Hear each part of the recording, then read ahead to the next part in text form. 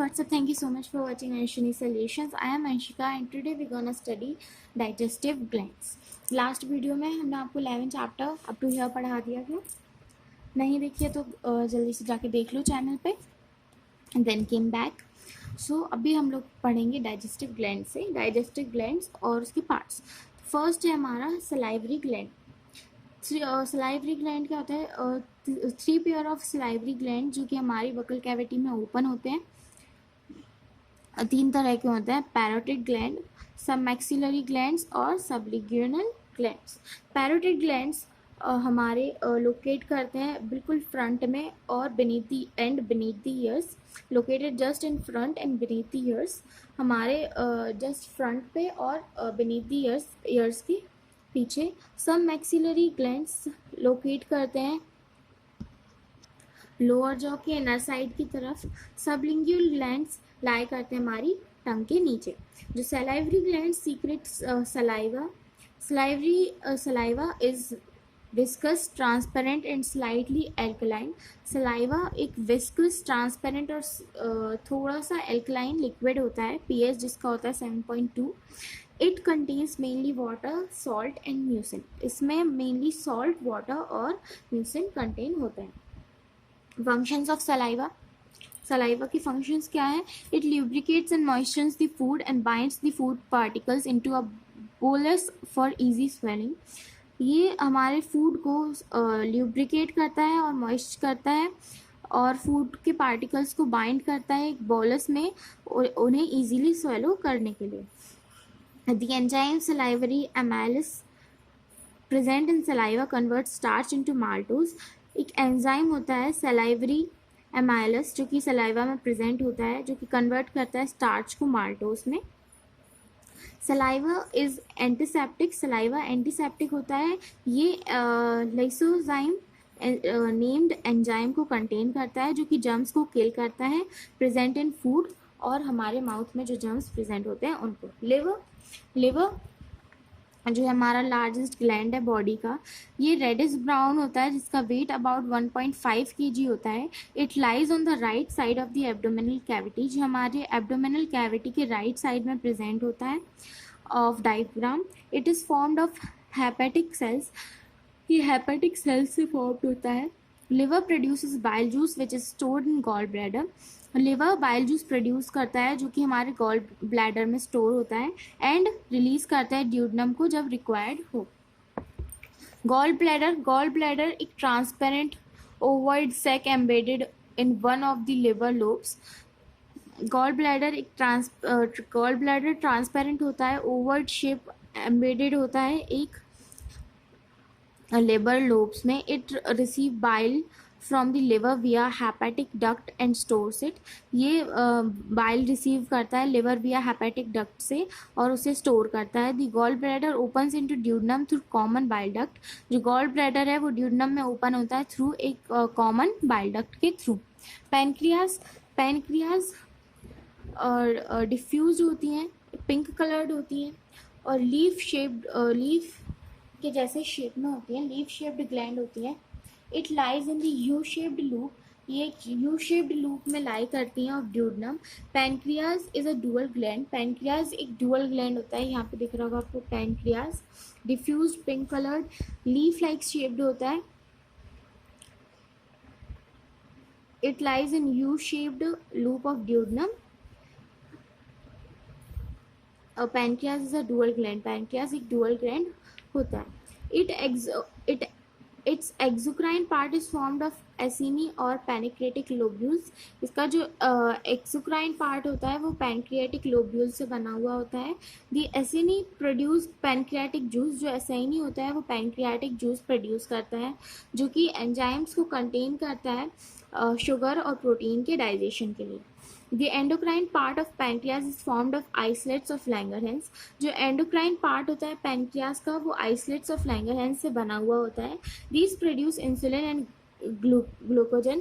ये इंसुलिन और ग्लूकोजन को प्रोड्यूस करते हैं. Hormones which regulate glucose level by decreasing and increasing its amount. Hormones जो कि रेगुलेट करते हैं ग्लूकोज को लेवल करते हैं बाय डिक्रीजिंग और इंक्रीजिंग उसका अमाउंट, डिक्रीज और इंक्रीज करने के बाद इन ब्लड रेस्पेक्टिवली, जो पैनक्रियाटिक डक्ट रिलीज करते हैं पैनक्रियाटिक जूस को हमारे ड्यूडनम। डाइजेशन, डाइजेशन एक प्रोसेस होती है ऑफ फिजिकल और केमिकल ब्रेकडाउन लार्ज और कॉम्प्लेक्स मॉलिक्यूल्स का फूड के इनटू सिंपल और small molecules bye the action of digestive enzymes. Digestion एक प्रोसेस होती है फिजिकल और केमिकल ब्रेकडाउन की लार्ज और कॉम्प्लेक्स मॉलिक्यूल्स के फूड की उन्हें छोटे और स्मॉल मॉलिक्यूल्स में कन्वर्ट ब्रेकडाउन करने की by the action of digestive enzymes so that they can diffuse into blood through the gut wall, जिससे कि वो डिफ्यूज हो सके हमारे ब्लड में through gut wall. Physical digestion is chewing and mastication of food so that digestive enzymes can work on them. Physical digestion जो हम chew करते हैं, हम मास्टिकेट करते हैं फूड को हमारे टीथ से, जो कि डाइजेस्टिव एंजाइम्स को हेल्प करती है उन पे वर्क करने के लिए, उन्हें डाइजेस्ट करने के लिए। Chemical digestion, breaking of nutrient, chemical digestion nutrient molecules का ब्रेकडाउन होता है by the action of digestive enzymes, ताकि वो हमारे ब्लड में जा सके। Digestion in the various parts of alimentary canal, digestion जो होता है हमारा, food starts in buccal cavity. Digestion जो हमारा होता है फूड का, वो स्टार्ट हो जाता है हमारी बकल कैविटी में right from the moment we take our first bite of food. जब हम फर्स्ट बाइट लेते हैं अपने फूड की, तभी से हमारा डाइजेशन स्टार्ट हो जाता है। डाइजेशन इन बकल कैविटी, डाइजेशन इन बकल कैविटी, जो इनजेस्टेड फूड होता है वो च्यूड होता है, मास्टिकेट होता है हमारी बकल कैविटी में। म्यूकस जो होता है हमारे सलाइवा में प्रेजेंट होता है, वो मॉइस्ट करता है और ल्यूब्रिकेट करता है फूड को, उसे सॉफ्ट बनाता है so that it is easily swallowed. Salivary amylase जो होता है वो सलाइवा में प्रेजेंट होता है, जो कि ब्रेक करता है स्टार्च को इनटू माल्टोज। फेरिंग्स और ईसोफेगस, नो मैकेनिकल और chemical digestion occurs in pharynx और ईसोफेगस, कोई भी मैकेनिकल या फिर केमिकल डाइजेशन नहीं अकर होता है फेरिंग्स और ईसोफेगस में। ये सिर्फ पास करता है फूड को बकल कैविटी से स्टमक की तरफ, मतलब उसे थोड़ा बहुत डाइजेशन के लिए प्रिपेयर करता है buccal cavity to fully digest करने के लिए स्टमक में पास नहीं करता है।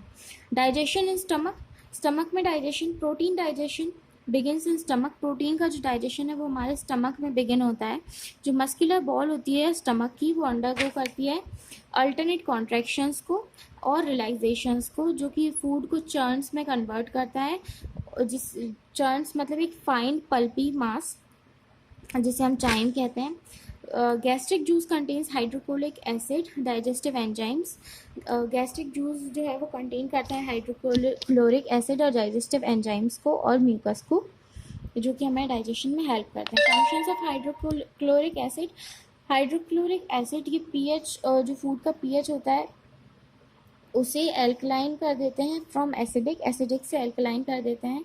ये बैक्टीरिया को डिस्ट्रॉय कर देते हैं जो कि फूड में प्रेजेंट होते हैं। ये it activates the inactive propepsin into active pepsin and prorennin into rennin, ये एक्टिवेट कर देता है इनएक्टिव प्रोस्पेसिन को।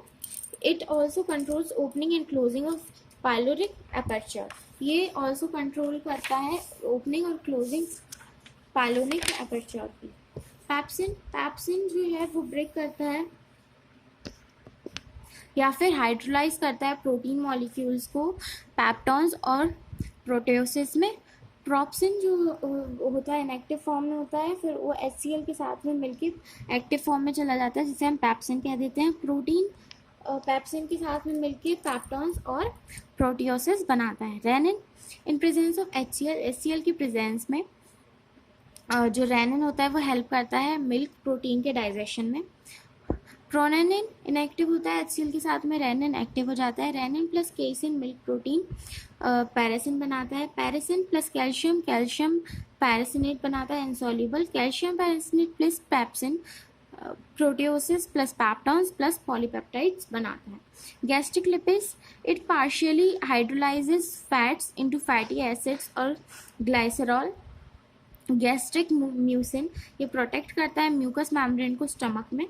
Digestion in small intestine a duodenum, small intestine का digestion a duodenum. In duodenum the partially digested food from the stomach is pushed into the duodenum by the relaxation of pyloric sphincter.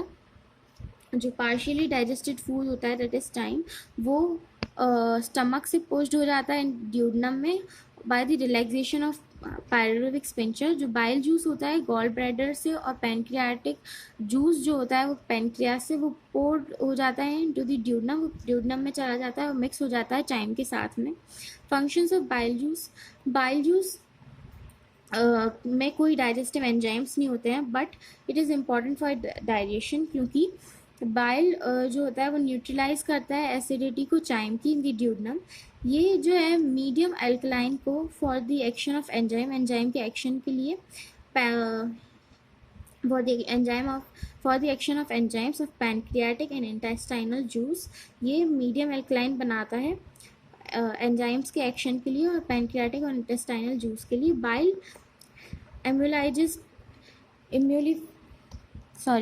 emulsify fats and prepares them for the action of enzymes.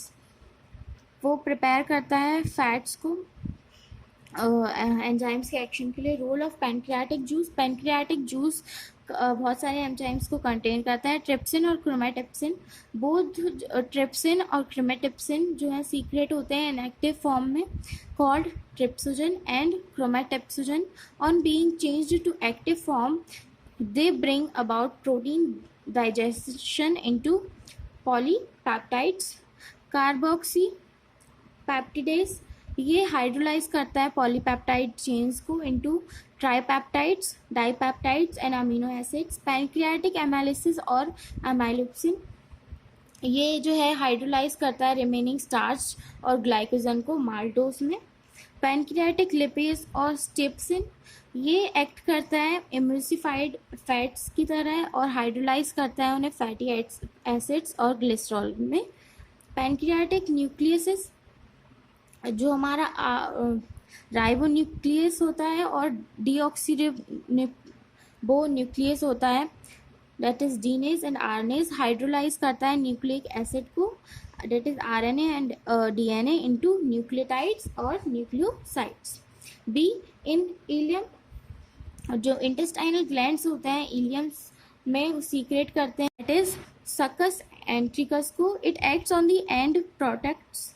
ये and product पे act करता है of digestion completed in duodenum, जो कि digestion जब duodenum में complete होता है इम्पैक्ट करता है बाय पैनक्रियाटिक एंजाइम्स और डाइजेशन की प्रोसेस को कंप्लीट करता है. सक्कस एंट्रिकस कंटेन करता है फॉलोइंग एंजाइम्स एरेप्सिन और पैप्टिडेज जो कि हाइड्रोलाइज करता है पॉलीपेप्टाइड्स, ट्रिपेप्टाइड्स और डाइपेप्टाइड्स को इनटू अमीनो एसिड्स. माल्टोज जो कि हाइड्रोलाइज करता है माल्टोज को ग्लूकोज में. सुक्रोज और इन्वर्टेज जो कि हाइड्रोलाइज करता है सुक्रोज को मोनोसैकेराइड्स में दैट इज ग्लूकोज और फ्रुक्टोज.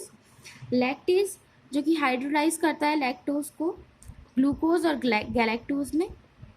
इंटेस्टाइनल लिपेज जो कि इम्यूलिफाई करता है द रिमेनिंग फैट को फैटी एसिड्स और ग्लिसरॉल में. एंटेरोकिनेज जो कि कन्वर्ट करता है इनएक्टिव ट्रिप्सोजन को एक्टिव ट्रिप्सन में ट्रिप्सन एंजाइम.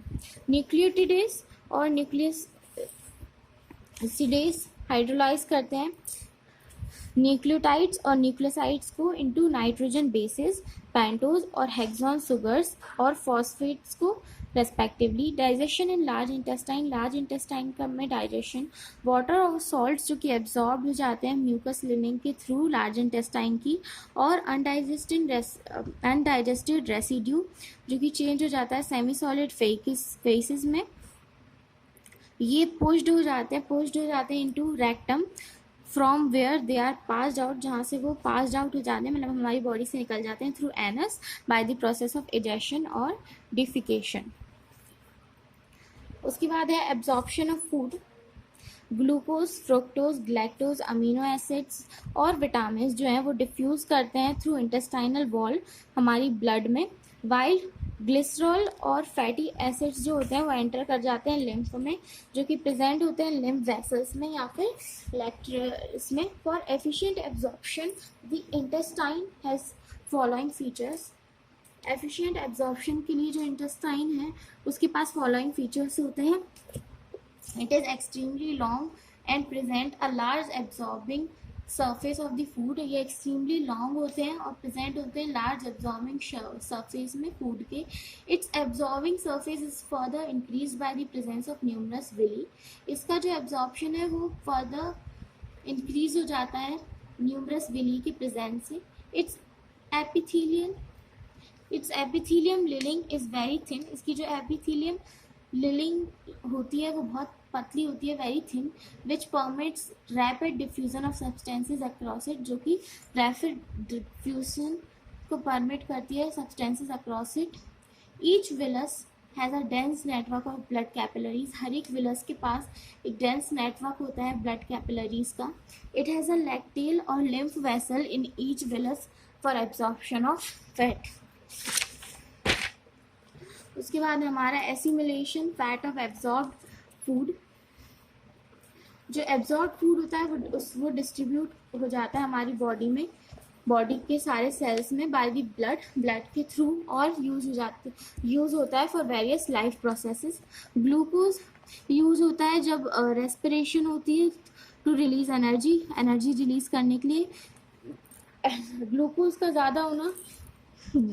जब ज़्यादा हो जाता है तो वो ग्लाइकोजन में कन्वर्ट हो जाता है हमारे लिवर में और स्टोर हो जाता है मसल सेल्स में और लिवर सेल्स में. अमीनो एसिड्स यूज़ होते हैं प्रोटीन सिंथेसिस के लिए, to be used as enzymes and in the construction of various cell organelles. और अलग अलग सेल ऑर्गेनल्स और सेल स्ट्रक्चर्स के कंस्ट्रक्शन में हेल्प करते हैं. फैटी एसिड्स और ग्लिसरॉल जब रीच करते हैं सेल्स तक तो वो कन्वर्ट हो जाते हैं फैट्स में. Enzymes and their significance to living beings. Enzymes और उनकी सिग्निफिकेंस लिविंग बींग्स के लिए. एंजाइम्स जो हैं वो प्रोटीन प्रोड्यूस करती हैं लिविंग टिश्यूज़ में. They act as catalyst. जो एक कैटलिस्ट की तरह एक्ट करते हैं क्योंकि ये स्पीड अप करते हैं केमिकल रिएक्शंस को जो कि अकर होती है हमारी बॉडी सेल्स के अंदर बिना एल्टरिंग दी एंड प्रोडक्ट्स को एल्टर करे और विदाउट देमसेल्स बीइंग यूज्ड और विदाउट खुद यूज़ हुए at the end of reaction. Therefore इन्हें बायोकैटलिस्ट कहते हैं. Enzymes are important as they direct and regulate all the biochemical process, क्योंकि ये और सारी बायोकेमिकल प्रोसेस को रेगुलेट करते हैं. ये जो रिएक्शंस होती हैं जो कि इन्वॉल्व करती हैं बिल्डिंग अप और breaking down of organic molecules को बिल्डअप और ब्रेक डाउन करने के लिए वो रिफ़र करती हैं एज एनाबॉलिक और कैटाबॉलिक रिएक्शन रिस्पेक्टिवली. ये जो रिएक्शन होती है are called metabolic reactions and the process is called metabolism. Anabolic और कैटाबॉलिक रिएक्शन जब होती है तो उससे हम कहते हैं मेटाबॉलिक रिएक्शन और इस प्रोसेस को कहते हैं मेटाबॉलिज्म. विदाउट एंजाइम्स ये जो रिएक्शंस हैं ये वुड अकर वेरी स्लोली, ये बहुत स्लोली अकर होंगे और वुड फेल टू अकर या फिर फेल भी हो सकते हैं होने के लिए. In the body of living organism की बॉडी में थाउजेंड्स ऑफ एंजाइम्स प्रेजेंट होते हैं जो कि नीडेड होते हैं catalysing the biochemical reactions. Role of enzymes in digestion. Digestive juices contain करते हैं नंबर ऑफ डिफरेंट एंजाइम्स को. ये कैटलाइज करते हैं डाइजेशन को और ब्रेक डाउन करते हैं न्यूट्रिएंट मैक्रोमोलिक्यूल्स को फूड के इनटू देयर कॉन्स्टिट्यूएंट और बेसिक यूनिट्स. उनके कॉन्स्टिट्यूएंट और बेसिक यूनिट्स में कन्वर्ट करते हैं. जो डाइजेस्टिव एंजाइम्स होते हैं वो इसलिए कैटाबॉलिक होते हैं एक्शन में और उन्हें हम हाइड्रोलिटिक एंजाइम्स कहते हैं. These are classified as carbohydrates. इन्हें हम कार्बोहाइड्रेट्स की तरह क्लासीफाई करते हैं. लिपेसिस, प्रोटीसिस. कार्बोहाइड्रेट्स, लिपेसिस और प्रोटीसिस 3 पार्ट्स में हम डिवाइड करते हैं. Carbohydrate digesting enzymes, fat digesting enzymes and protein digesting enzymes. आगे बढ़ने से पहले do like, share and subscribe. यहाँ पे हमारा जो चैप्टर है ख़त्म हो गया है. नेक्स्ट हमारी पूरी ये जो है एक्टिविटीज़ हैं ये आप लोग खुद से रीड करिएगा. अच्छी एक्टिविटीज़ हैं, समझ में आ जाएंगी. उसके बाद जो है हमारा आता है एक्सरसाइज. उसके बाद जो हमारा चैप्टर ख़त्म हो जाता है एक बार समरी भी रीड कर लीजिएगा. Okay, stay home, stay safe, bye bye.